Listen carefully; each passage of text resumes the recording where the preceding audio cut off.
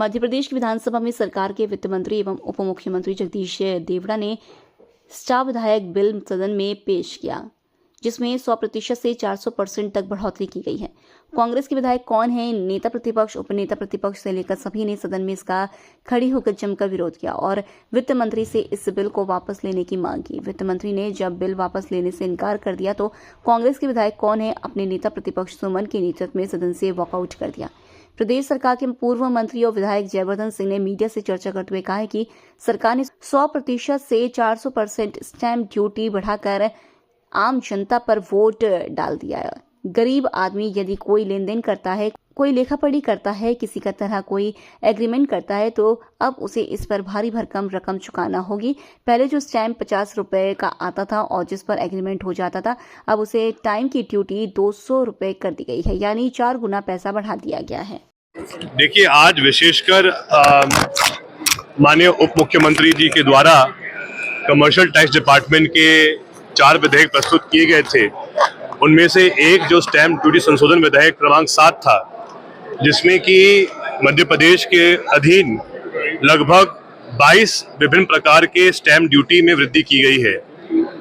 उदाहरण के लिए, वर्तमान में आप जानते हैं कि हर छोटे कस्बे में, हर गांव में, हर शहर में अनेकों सौदों में, अनेकों लेन देन के मामलों में, अनेकों राजस्व मामलों में, अनेकों बिजली विभाग हो या थाने के कुछ काम हो, अनेक कामों में शपथ पत्र लगता है। अभी तक शपथ पत्र के लिए 50 रुपए का स्टैंप लगता था, लेकिन आज इस विधेयक के माध्यम से उस शपथ पत्र के स्टैंप शुल्क को 50 रुपए से बढ़ा के 200 रुपए कर दिया है, 4 गुना बढ़ा दिया है। ऐसे ही 21 और स्टैंप शुल्क कहीं 1000 से 5000 रुपए कर दिए हैं, कहीं 2000 से 5000 रुपए कर दिए हैं। इन अलग अलग स्टैंप शुल्क की वृद्धि से सीधा जो आम उपभोक्ता है, जो आम किसान है, आम व्यापारी है, जिसके छोटे मामले लेन देन के होते हैं, बंधक के होते हैं, पट्टे के होते हैं, ट्रस्ट के होते हैं, ऐसे आम आदमियों पर एक अतिरिक्त वित्तीय बोझ भाजपा सरकार ने डाला है। हमने इसका पूर्ण रूप से विरोध किया है। एक तरफ कल ही माननीय मुख्यमंत्री जी बात कर रहे थे और उन्होंने सदन में ये बात कही भी थी कि अभी वो पुणे गए थे कुछ समय पहले, तो एक कंपनी है फॉर्स मोटर्स, जिसको भाजपा सरकार ने 300 करोड़ का अनुदान दिया है।